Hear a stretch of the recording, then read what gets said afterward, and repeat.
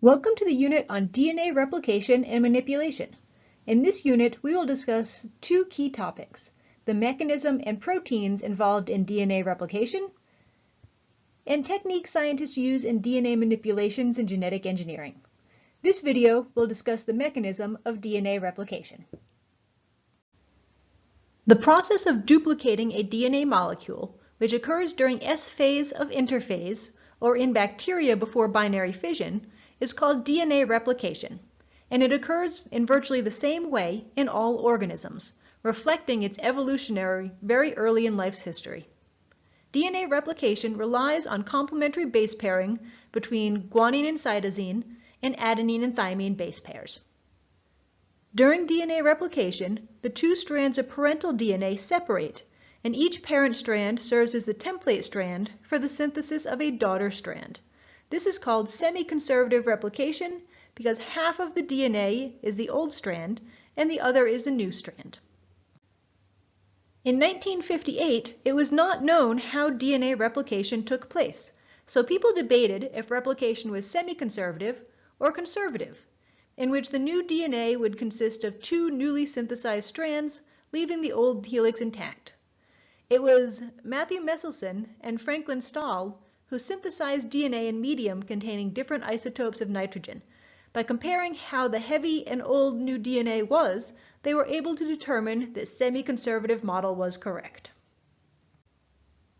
Similar to transcription, when a new strand of DNA is synthesized, it can only be made in the 5' to 3' direction. This reaction is catalyzed by an enzyme called DNA polymerase. The main function of DNA polymerases are to synthesize a new DNA strand from an existing template, although a secondary function is also to correct mistakes during replication process. There are many proteins required in order for DNA replication to occur. Those proteins include the helicase, which unwinds the double strand of DNA, single-strand binding proteins, which ensure the strands remain separated after a helicase functions, topoisomerases, which are also called gyrase, which work upstream of the replication fork to relieve the stress caused by unwinding the double helix at the replication fork, DNA primase, which is necessary to add a short RNA primer, and DNA polymerase III, which forms the new strand of DNA. Two additional proteins, DNA polymerase I and DNA ligase, are also required but are not shown in this figure. During replication, one strand is replicated continuously because its 3' end is moving towards the replication fork. This is called the leading strand. The other strand is replicated discontinuously because its 3' end is facing away from the replication fork. This strand is called the lagging strand.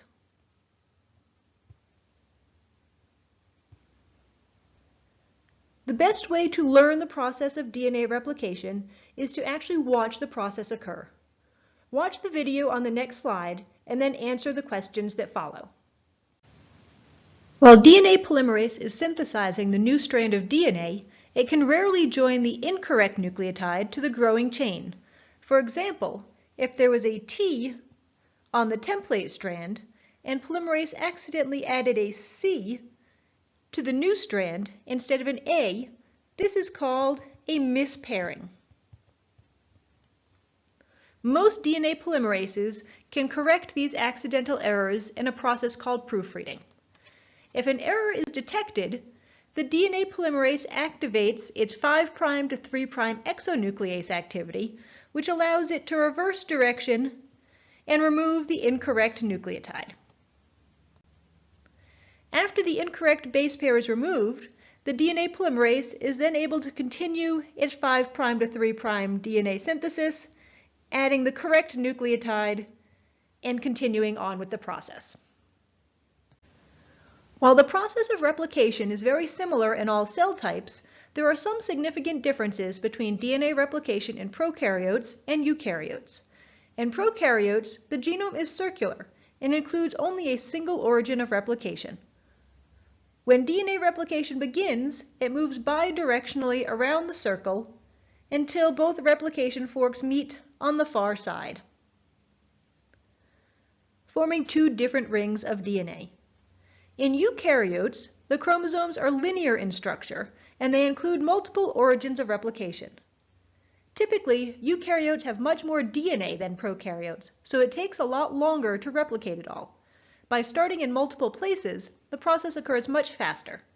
When two separate replication bubbles come together, they fuse into one large bubble, as seen here. Eukaryotes face one DNA replication problem that prokaryotes do not, due to their linear chromosomes. The problem occurs on the 5' end of the newly synthesized strand of DNA. Remember that on the leading strand, replication occurs continuously. This would be the template strand, and our new strand of DNA on the leading strand would go from the 5' end and be continuously replicated until it fell off the end of the template towards the 3' end. The problem is on the lagging strand, which is replicated discontinuously. This would be the template strand for your lagging strand, and on the 5' end, we would have an RNA primer, which was providing the 3' OH to build our new strand of DNA off of. The problem will occur when that RNA primer needs to be removed. Once the RNA primer is degraded, we're left with a piece of DNA that has its 5' end here and its 3' end here. And now we have a space where the RNA primer used to be. The problem is that that gap cannot be filled in because DNA replication cannot go 3' to 5'.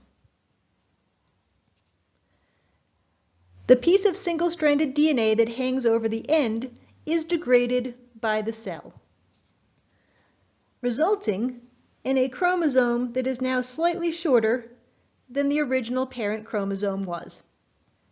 Each of your chromosomes gets slightly shorter with each new generation of cells.